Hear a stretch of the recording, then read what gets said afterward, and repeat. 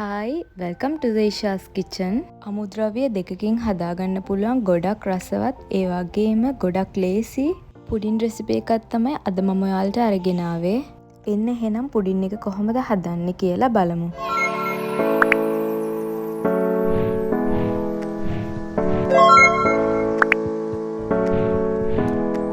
මේ පුඩින් එක හදාගන්න මොනවද අවශ්‍ය ද්‍රව්‍ය කියලා මුලින්ම බලමු. fresh milk මිලිලීටර් 300ක්, ග්‍රෑම් 100 ස්ට්‍රෝබෙරි ජෙලි පැකට් එකකුත් තමයි ඕන වෙන්නේ. මුලින්ම ෆ්‍රෙෂ් මිල්ක් ටික හොඳට උණු කරලා අරගන්න. ඊළඟට බෝල් එකකට උණු කරගත්තු ෆ්‍රෙෂ් මිල්ක් ටික දාගන්න. ඊළඟට ජෙලි පැකට් එකක් දාලා හොඳට හැන්දෙන් කලවම් කරගන්න ජෙලි ටික දිය වෙනකම්. මම මේ පුඩින් එක හදාගන්න ස්ට්‍රෝබෙරි ජෙලි තමයි අරගත්තේ. ඔයාලා කැමති නම් ඕන පාටකින් ඕන ජෙලි එකක් අරගන්න පුළුවන්.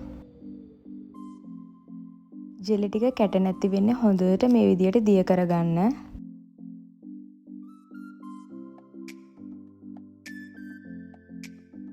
හොඳට දිය කරගත්තට පස්සේ මේක ෆ්‍රිජ් එකට දාන්න සෙට් වෙන්න.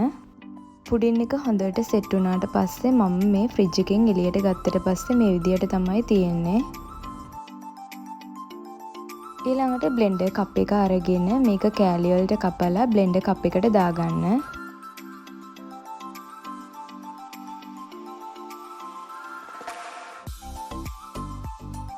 ඊළඟට හොඳට ස්මූති එකක් වගේ එනකම් හොඳට බ්ලෙන්ඩ් කරගන්න. විනාඩි 5ක් විනාඩි 10ක් විතර හොඳට බ්ලෙන්ඩ් කරගන්න.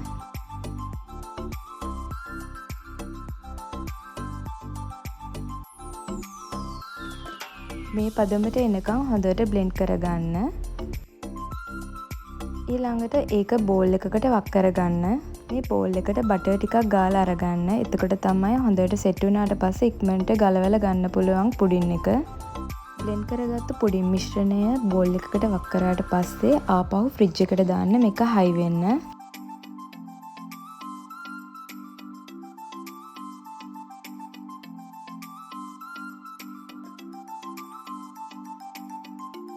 හොඳට මේ පුඩින් එක සෙට් වුණාට පස්සේ ෆ්‍රිජ් එකෙන් එළියට අරගත්තට පස්සේ මෙන්න මේ විදියට තමයි ඒ පුඩින් එක තියෙන්නේ. හොඳට හයි වෙලා තියෙනවා. ජෙලටින් මොකුත් දාන්න නැතුව ලස්සනට මේ පුඩින් එක සෙට් වෙලා තියෙනවා. ඔයාලත් මේ පුඩින් එක අනිවාර්යයෙන්ම try කරලා බලන්න.